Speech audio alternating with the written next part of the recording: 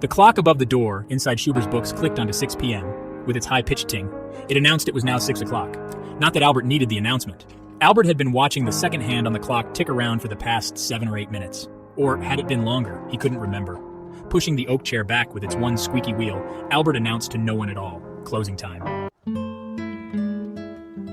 He walked around the matching oak cash desk that Meg had bought in that dusty antique shop in Gloucester. She had got the chair for free. Her haggling skills had been fierce.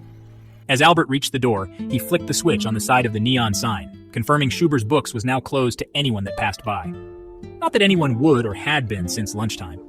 Albert finished his ritual of closing the bookstore in silence, placing the cash box in the safe, turning off the lights, and closing the blinds. All tasks he used to share with Meg, only now he completed them on his own. Heaving the long brown trench coat over his shoulders and slipping his arms through the softly padded sleeves, he turned to look at the inside of his and Meg's bookshop.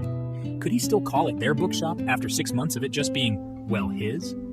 The thought was pushed down to his toes, of course. It was still theirs. He would call it their bookshop for another 6 years, 2 months, and 13 days. Not that he knew that would be the case. The paneled brown door stuck as Albert pulled it shut on leaving. It took a heavy tug on the door to pull it closed. As he heaved his weight backward, his square glasses fell off his nose and into the soft padded snow that had built up on the doorstep. Albert already had his keys out and attempted to lock the old front door, squinting in a vain attempt to force his short-sightedness into focus. What a quaint little shop. Albert hadn't heard them coming up behind him until then. Thank you, it's Meg's and mine.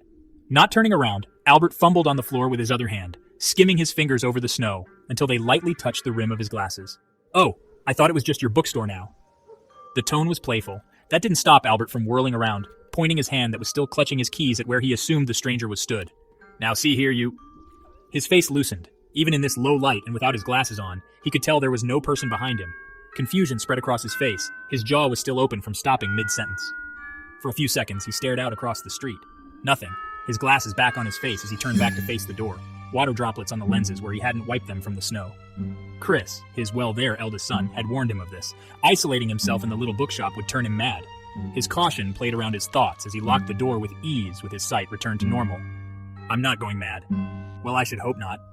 Would make for a wasted trip on my part if you were. Albert turned slow this time, his shoulders tensed as if he had been frozen in the middle of a shrug of his bony shoulders. He looked, but again nothing. The shop across the road was boarded up. It hadn't come from there, and there was nothing to obstruct his view nearby that someone could hide behind. Is this going to take long? Came the voice. It sounded amused and bored in equal measures. His ears hadn't deceived him. The voice was coming from this direction, just a little lower. Albert's eyes slowly looked downwards to the pavement. There was no one there. Except that is for a white cat. It was average size and sat there in the snow staring up at Albert. What was peculiar was it had one blue eye and one hazel brown colored eye. Albert, it's a cat. Cat. Is that a problem? The voice had definitely come from the cat. Albert stepped back and hit his back against the door. Albert. Oh, bloody hell. The cat just sat there looking amused, its tail swished behind it, and it appeared to be smirking at Albert.